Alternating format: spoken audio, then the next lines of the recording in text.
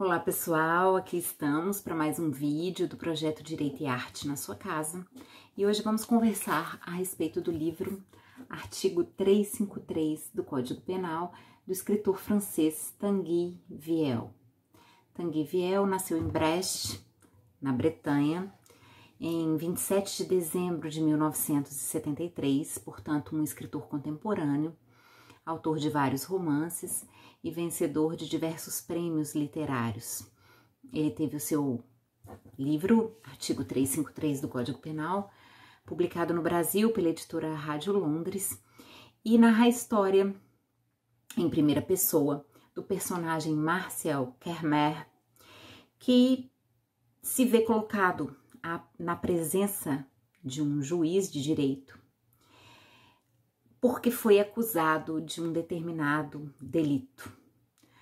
Portanto, a sua história é narrada em retrospectiva, a partir de um longo depoimento que presta a esse juiz no tribunal.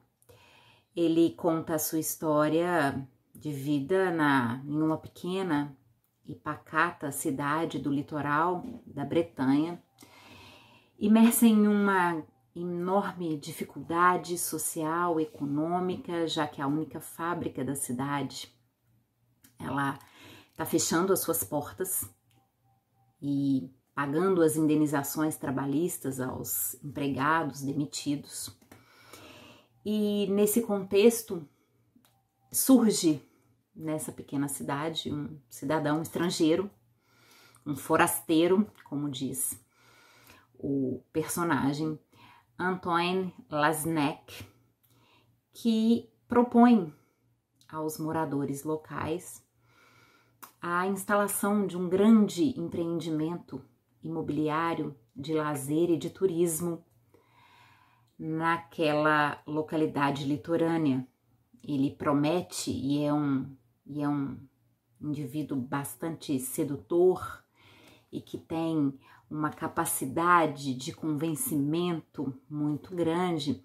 Ele convence não só as autoridades locais, mas também aos moradores a investirem as suas economias na compra de imóveis ainda na planta desse que seria um dos maiores empreendimentos imobiliários franceses e que traria de volta àquela localidade o progresso e a riqueza.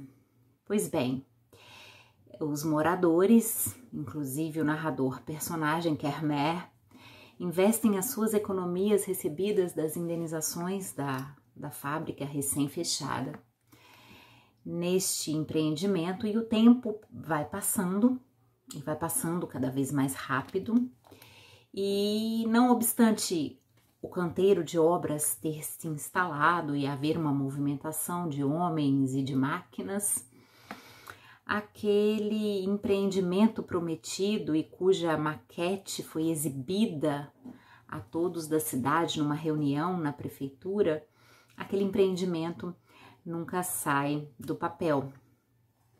E diante desse contexto dramático, em que as pessoas investem suas economias em algo que não se transforma em realidade, um delito é cometido e Kermer é colocado diante do juiz no banco dos réus.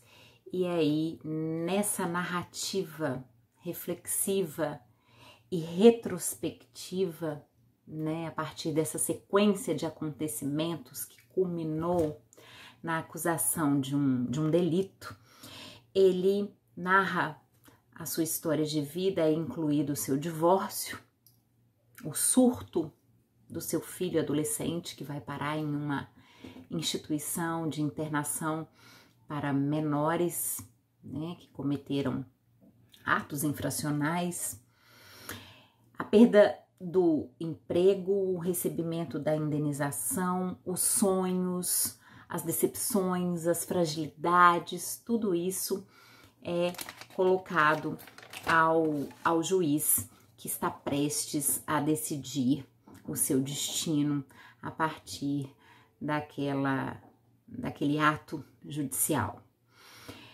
Existem inúmeras reflexões importantes nesse livro, né?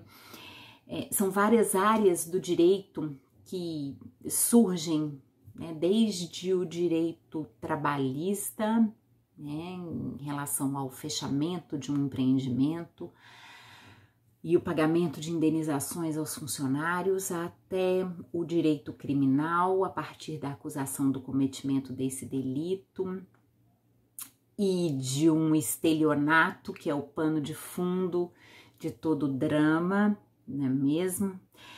É importante refletirmos também a respeito do processo penal e as diferenças, inclusive já mostradas e que já podemos perceber com o direito penal brasileiro e o processual penal brasileiro, porque Tanguy, ele já nos traz a figura desse juiz como um juiz que escuta, que toma o depoimento deste personagem, Kermer, logo que a acusação é formulada e que o crime é cometido. Portanto, nós percebemos a presença aí de um juiz de garantias, portanto, semelhante a um juiz de garantias que pretendeu se instalar aqui, pretendeu se instituir no ordenamento penal brasileiro, mas o artigo foi suspenso pelo ministro Fux no STF.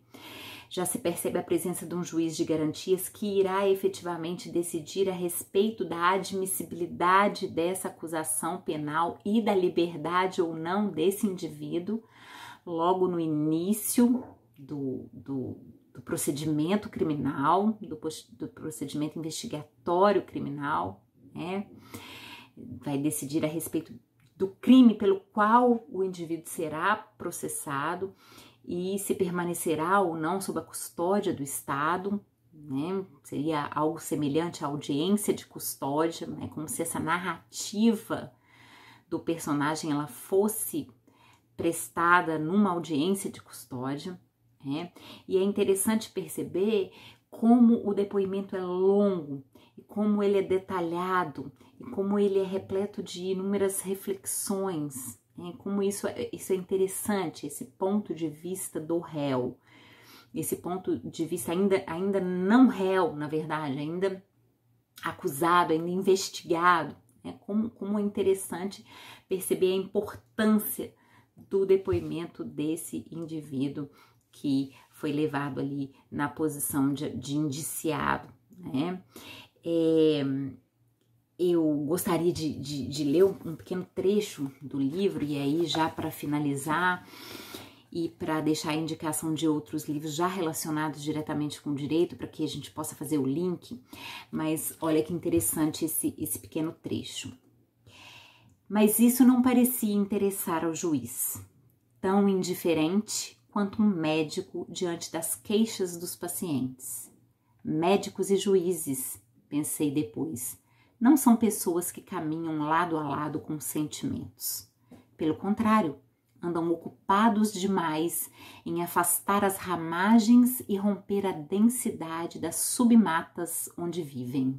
E mesmo, às vezes, quando ele, o juiz, me olhava, parecia ter um facão nos olhos, com o qual abriria caminho dentro de mim, como se tivesse como alvo um ponto central que nem eu mesmo conhecia, alguma coisa que talvez ele teria simplesmente chamado de fatos, porque acreditava que neles, nos fatos, se encontrava a verdade, como se ela, a verdade, fosse emergir sozinha da água, seca e sem rugas. Afinal, por que não? E aí, indico nessa linha 2 livros que tratam desse processo de formação da convicção do juiz. Indico O que é isto, Decido conforme minha consciência, do professor Lênio Streck.